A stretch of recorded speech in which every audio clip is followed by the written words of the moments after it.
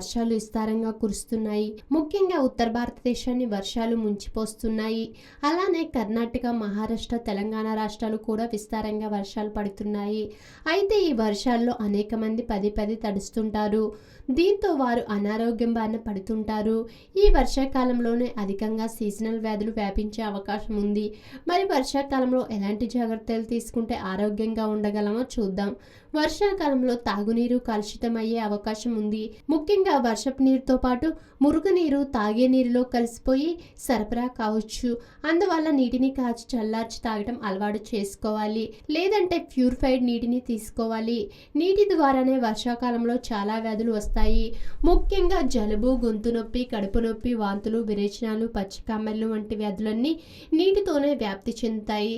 సాధారణంగా వర్షంలో ఒక్కసారి తడిచినా చాలు చాలా మందికి జలుబు బారిన పడుతుంటారు. గొంతు నొప్పి, దగ్గు, జ్వరం ఎక్కువగా వస్తుంటాయి. సైనస్ వస్తే పడే ఇబ్బంది అంతా ఇంతా కాదు. విపరీతమైన తలనొప్పి, ఒళ్ళు నొప్పులు ఉంటాయి. కాబట్టి ఈ కాలంలో వర్షంలో తడవకుండా జాగ్రత్త పడాలి. ఒకవేళ తడిస్తే వెంటనే తల, ఒళ్ళు తుడుచుకొని పొడి దుస్తులు మార్చుకోవాలి.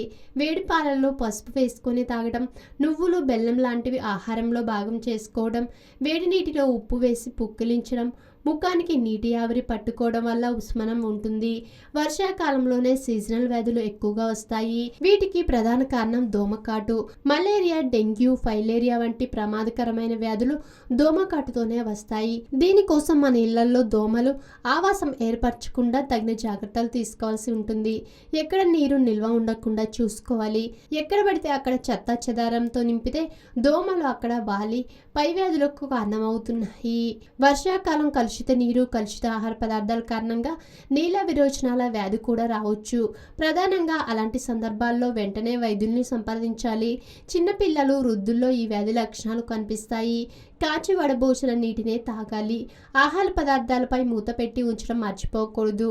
వర్షాకాలంలో టైఫాయిడ్, జ్వరం కూడా ఎక్కువగానే ఉంటుంది. కలుషిత ఆహారం, నీటి ప్రభావం వల్ల ఇన్ఫెక్షన్ సోకి జ్వరం వస్తుంది. తగ్గకుండా చాలా రోజులు బాధిస్తుంది. దాంతోపాటు కడుపు నొప్పి, డయేరియా, తలనొప్పి వంటి ఇతర లక్షణాలు కనిపిస్తాయి.